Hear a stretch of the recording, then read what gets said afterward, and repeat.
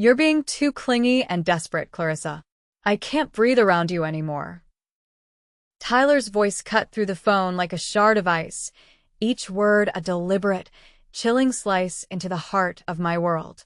I felt the floor tilt beneath my feet. The carefully constructed universe I had spent the last 18 months building suddenly collapsing into a black hole of disbelief and shock. For days. We were 4 days away from our wedding. 4 days away from the day I had planned with the meticulous, almost obsessive, attention to detail that defined my career and, until this very moment, my greatest personal joy. My name is Clarissa Monroe, and I'm 30 years old. I work as an event coordinator for Ravens Park Ventures, a high-end corporate events company in the sprawling, sun-baked city of Phoenix, Arizona. My life is a series of spreadsheets, timelines, and color-coded binders. I orchestrate corporate retreats in serene desert oases and manage high-stakes business conferences where every single detail, from the font on the name cards to the temperature of the coffee, has to be perfect. And I am good at it. Maybe, as Tyler's words now suggested, too good. Considering how I had planned our wedding, it was a masterpiece of organization. Every vendor was confirmed and paid. Every contract was signed and filed. The seating chart, a delicate web of social diplomacy, was finalized. The custom-made wedding dress, a cascade of ivory lace and silk, hung in a protective garment bag in my closet, its tag still attached, waiting for Saturday morning. The honeymoon tickets to Santorini, a place we had dreamed of together, were tucked safely in my travel wallet. They were non-refundable, of course, purchased 6 months ago when Tyler and I were still whispering about the future, about starting a family, buying a house with a white picket fence, and growing old together. What are you saying, Tyler? I managed to whisper, my fingers gripping the phone so tightly my knuckles turned a bloodless white. I was standing in the middle of our shared apartment, well, what used to be our shared apartment. Now it felt like a museum of a dead relationship. All around me were the artifacts of our future. Piles of wedding gifts, still in their glossy wrapping paper, were stacked in the corner unopened. A stack of pristine, cream-colored place cards sat on the dining table, each with a name elegantly calligraphed, a task I had spent the entire previous evening completing, organizing them by table to ensure the perfect flow of conversation. I'm saying I need to find myself, Clarissa, he continued, his voice a distant, hollow echo on the other end of the line. I could practically hear him pacing, the restless energy of a man trying to escape a cage he had helped build. This whole wedding thing, it's moving too fast. You've been planning every minute of our lives together, and I feel suffocated. I can't marry someone who doesn't give me space to breathe. The words hit me like physical blows, each one landing with a sickening thud in the pit of my stomach. Too clingy, desperate, suffocating. These weren't the words I expected to hear from the man who had proposed to me on a moonlit beach in San Diego just 8 months ago. The man who had gotten down on one knee and told me, with tears in his eyes, that I was his everything, his anchor, the one person who made him feel whole. The man who had spent countless nights wrapped in my arms, talking about our future, the names of our hypothetical children, the color we would paint our future nursery. The words were a cruel, distorted caricature of the love I thought we shared. He was twisting my excitement, my dedication, my very talent for planning and organization, the things he once claimed to admire, into a character flaw, a fatal weakness. The words hit me like physical blows. Too clingy, desperate, suffocating. These weren't the words I expected to hear from the man who had proposed to me on a beach in San Diego 8 months ago, who had told me I was his everything, who had spent countless nights talking about our future together. Tyler, we can talk about this, I said, my voice barely above a whisper, desperate to reel him back in, to fix this colossal, catastrophic misunderstanding. If you need space, we can postpone. No, Clarissa. His tone was final, devoid of any warmth. It's over. I can't do this anymore. I thought I could, but I was wrong. His voice was cold, distant, like He was talking to a stranger instead of the woman he had promised to love forever. The line went dead. I stood there, the phone still pressed to my ear, listening to the dial tone's mocking drone. I stared at the wedding dress hanging on the back of my bedroom door, a ghostly white silhouette of a promise now broken. The silence in the apartment was deafening, amplifying the sound of my own heart shattering. Everything around me, the guest list taped to the refrigerator, the wedding favors stacked on the dining table, the honeymoon itinerary printed and highlighted, suddenly felt like evidence of my foolishness, monuments to my naive belief in a future that had just been erased in a 2-minute phone call. Had I really been too clingy? Too desperate for love? The self-doubt was a venomous tide, rising to drown me. But as the initial shock began to wear off, something else started to simmer beneath the surface of my grief. It wasn't just heartbreak. It was anger. A cold, sharp, clarifying anger. And maybe, just maybe, it was the beginning of a plan. I met Tyler 3 years ago at a small coffee shop near my office. He was a freelance graphic designer, and his charm was as potent as the dark roast he was drinking. He had this incredible way of making me feel like I was the only person in the room when he talked to me, his eyes locking onto mine with an intensity that was both flattering and intoxicating. Our relationship moved quickly, too quickly, according to my friends, especially my best friend, Victoria. But I was head over heels. When you work in event planning, you learn to appreciate people who can make decisions and commit to them. Tyler seemed like that kind of person. The first year was magical. We traveled together, spent lazy Sundays in bed reading the newspaper, and talked about everything from our favorite movies to our deepest fears. Tyler told me he had trust issues from past relationships, and I made it my mission to show him that not all women would hurt him. I was patient when he needed space, understanding when he canceled plans last minute, and supportive when his design business hit rough patches. I poured my heart and soul into being the perfect partner, the one who could finally heal his past wounds. But there were warning signs I chose to ignore, red flags I painted white with my own desperate optimism. Like how he would sometimes disappear for hours without explanation, or how he seemed uncomfortable whenever I brought up long-term future plans, deflecting with a joke or a vague promise. My best friend at the time, Victoria, tried to warn me. Victoria and I had been inseparable since our sophomore year at Arizona State University, bonding over late-night study sessions and shared dreams of successful careers. She had been there through every major moment of my 20s. Job interviews, family drama, bad breakups before Tyler. She knew me better than anyone. "I don't know, Rissa," she'd said a year ago, stirring her iced tea at our favorite brunch spot. "He just seems slippery. Are you sure he's as committed as you are?" I had dismissed her concerns as jealousy, a bitter pill that I now choked on. Our friendship became strained after that. The breaking point with Victoria came last year when I discovered text messages between her and Tyler. There was nothing explicitly romantic, but the tone was intimate, familiar in a way that set my teeth on edge. "They were complaining about me." Tyler was telling her I was a little much sometimes, and she was agreeing, saying she was worried about how all-in I was. When I confronted Tyler about it, he told me Victoria had been flirting with him for months, and that he had tried to shut it down politely. He twisted the narrative, painting her as the jealous friend trying to sabotage our perfect love. And I, so desperate to believe in our fairy tale, believed him completely. I cut ties with Victoria without giving her a chance to explain. Looking back now, I realize I was so desperate to believe in Tyler and our future together that I was willing to sacrifice a decade-long friendship to protect a relationship that was already cracking at the foundation. Now, sitting in my empty apartment, surrounded by wedding presents and reminders of my canceled future, I realized how badly I had misjudged the situation. Tyler had painted Victoria as the villain, but maybe she had just been trying to look out for me. Maybe those text messages weren't her trying to steal my fiancé, but her trying to figure out if he was planning to hurt me. The non-refundable tickets to Santorini sat on my kitchen counter like a taunt. $4,000 for a week-long honeymoon that would never happen. The travel insurance I had purchased wouldn't cover a canceled wedding, only medical emergencies or natural disasters.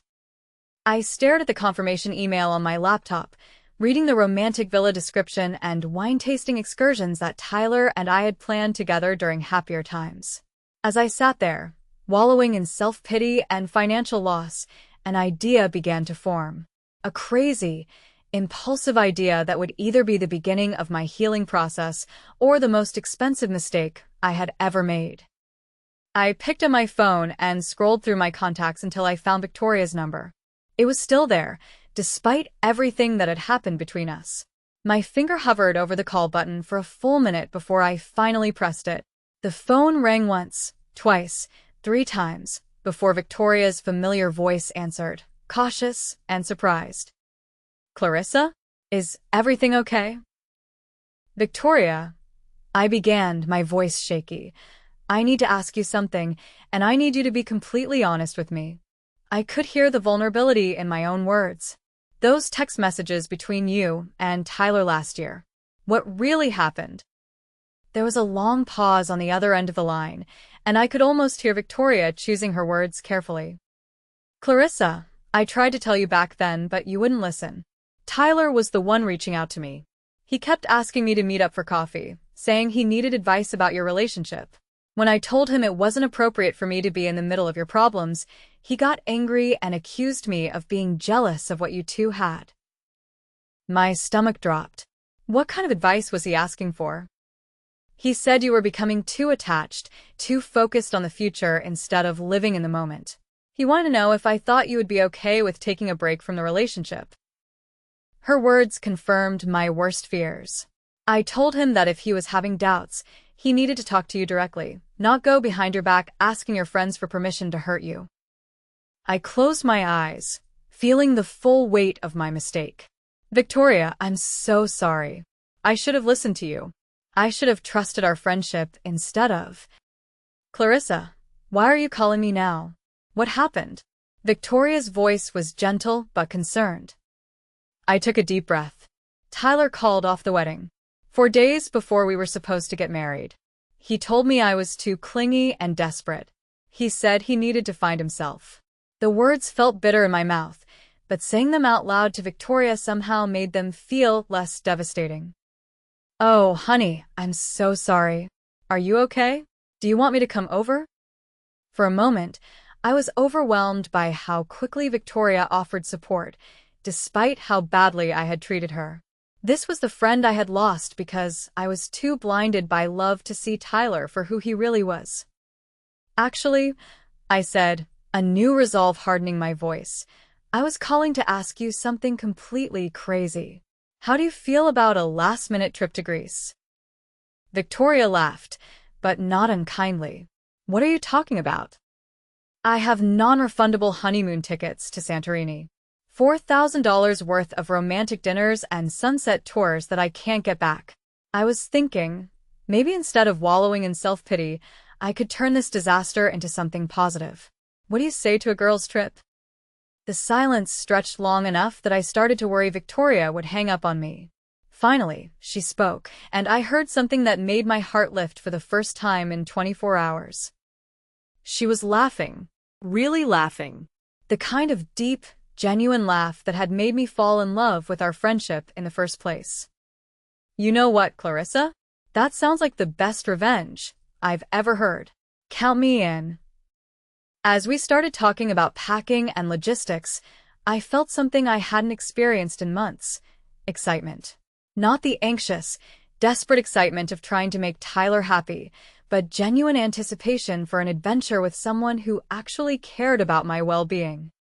For the first time since Tyler's phone call, I started to think that maybe this disaster could turn into something beautiful. The next 3 days flew by in a whirlwind of preparation and unexpected revelations. While Victoria rushed to get time off from her job at Northrise Apparel, where she worked as a marketing manager, I threw myself into transforming our honeymoon into the ultimate girls' trip. Every romantic dinner reservation became an opportunity for us to reconnect. Every couple's massage appointment was changed to side-by-side treatments for friends. But the most surprising part was how much I learned about Tyler during those 3 days of planning.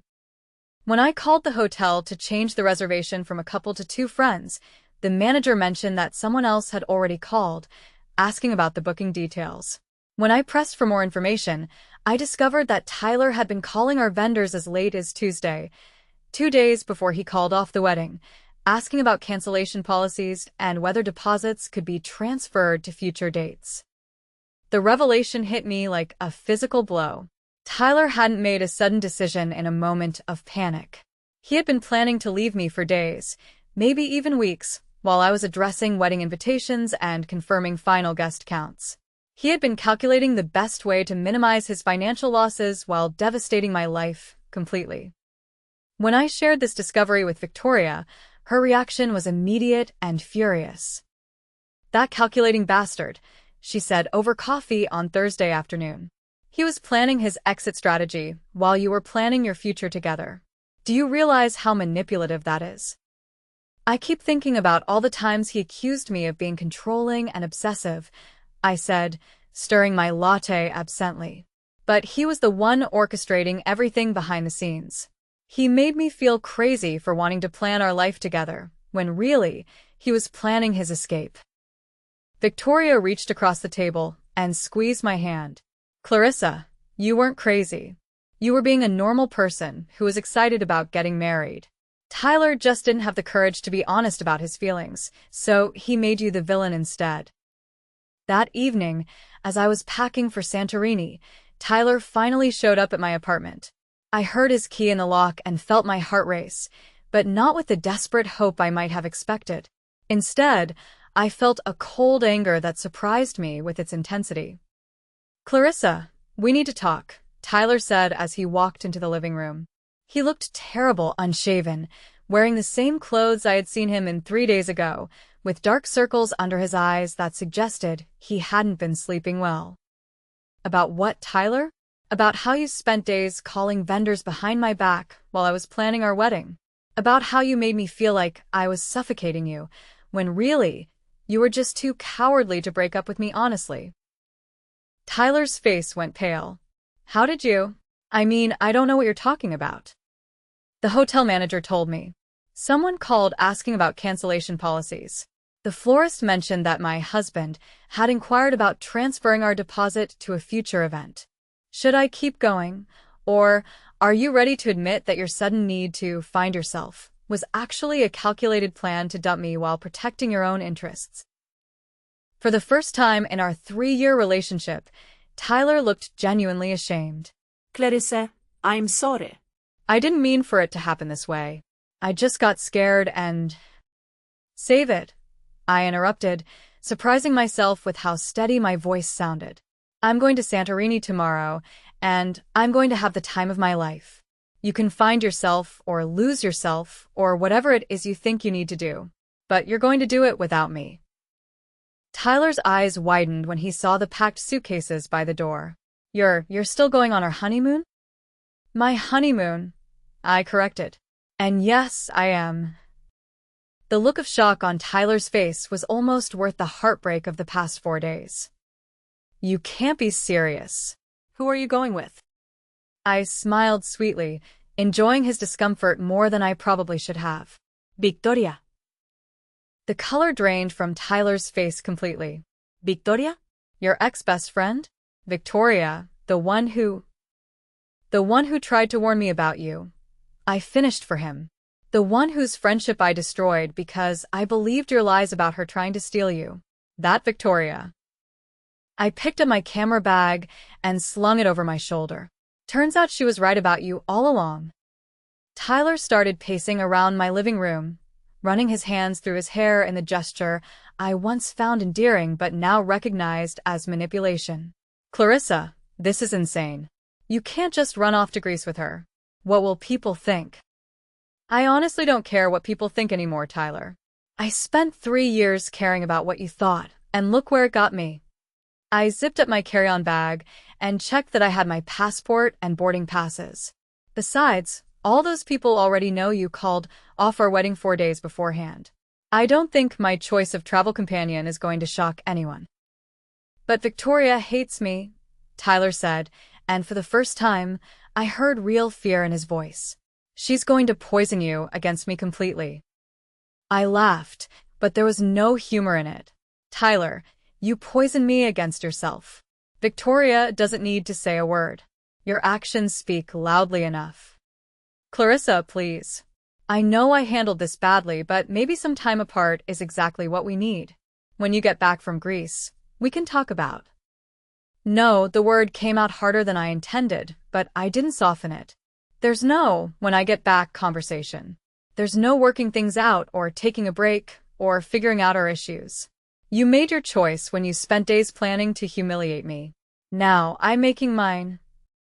Tyler's face crumpled, and for a moment, he looked like the man I had fallen in love with 3 years ago.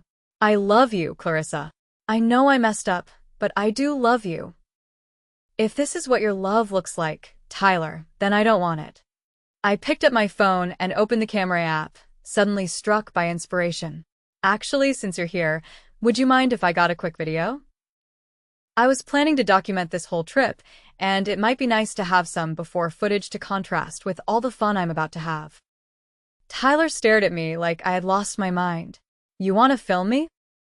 Just a quick clip of you explaining why you called off our wedding. You know, for posterity. I held up my phone, already recording.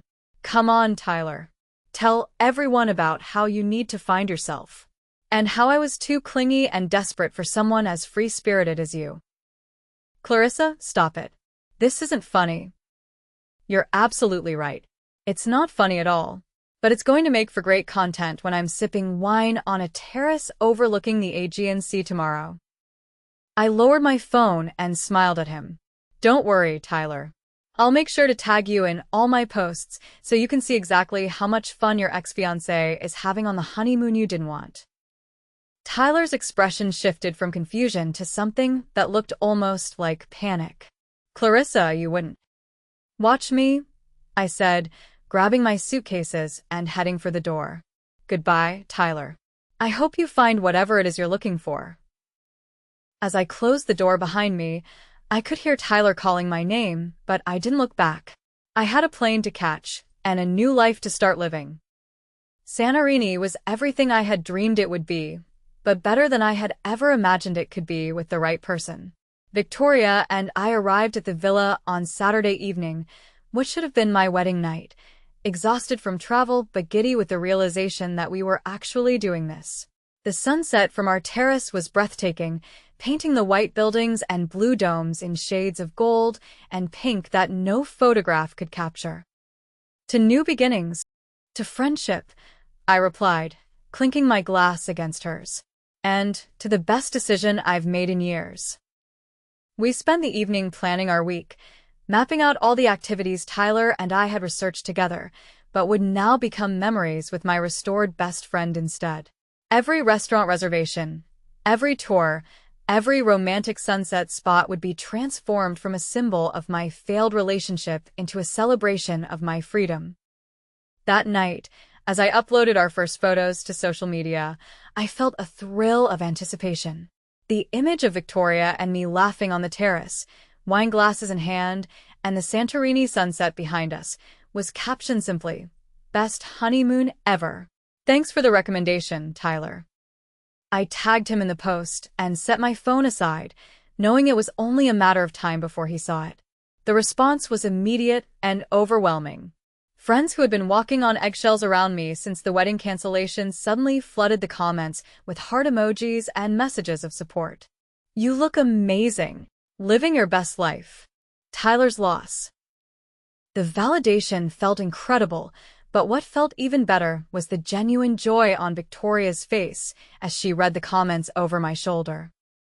I can't believe how many people are rooting for you, she said, scrolling through the responses. Look at this, even your cousin from Denver says she never liked Tyler anyway. I laughed, feeling lighter than I had in months. Apparently, calling off a wedding 4 days beforehand doesn't win you many popularity contests. Who knew? By Wednesday, our Santorini adventure had taken on a life of its own. What started as a simple girls' trip had evolved into a full-scale documentation project, with Victoria and me filming everything from wine tastings to cooking classes to our clumsy attempts at traditional Greek dancing. The content was funny, spontaneous, and genuine, everything my relationship with Tyler had stopped being months ago. The video that broke the internet, however, was filmed on Thursday evening at a seaside restaurant in Oia. Victoria and I had just finished an incredible dinner of fresh seafood and local specialties, and we were both a little wine-drunk and feeling philosophical about life. I set up my phone to record what I thought would be a simple thank you message to everyone following our adventure.